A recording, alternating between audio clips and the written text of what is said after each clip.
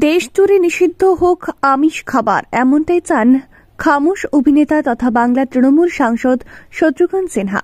BJP সরকারের আমলে দেশের কোনো প্রান্তে প্রান্তে গোমাংসকে নিষিদ্ধ করা হয়েছে।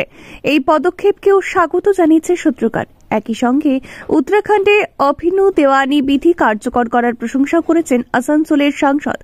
মঙ্গলবার সংসদের বাইরে শত্রুঘ্ন সিনহা বলেন, দেশের বিভিন্ন প্রান্তে গোমাংস নিষিদ্ধ করা হয়েছে। আমি মনে করি শুধুমাত্র গোমাংস নয়, দেশে সম্পূর্ণভাবে আমিষ খাবার নিষিদ্ধ করা উচিত। তিনি আরো বলেন, এরপরে উত্তর পূর্ব ভারত সহ দেশের কিছু অংশে গোমাংস খাওয়া এখনো বৈধ।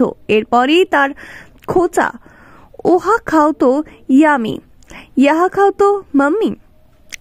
এ তো হতে পারে না।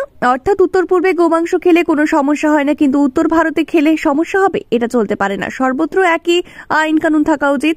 এই প্রসঙ্গে বলতে গিয়ে অভিন্ন দেওয়ানি বিধি প্রসঙ্গ উঠে আসে। বিহারী বাবুর কথায়, দেশে অভিন্ন দেওয়ানি বিধি তো চালু হওয়া উচিত। পুরো দেশ সেটা মানবে না, তবে আইনে অনেক বিষয়ে নজর দিতে হয়।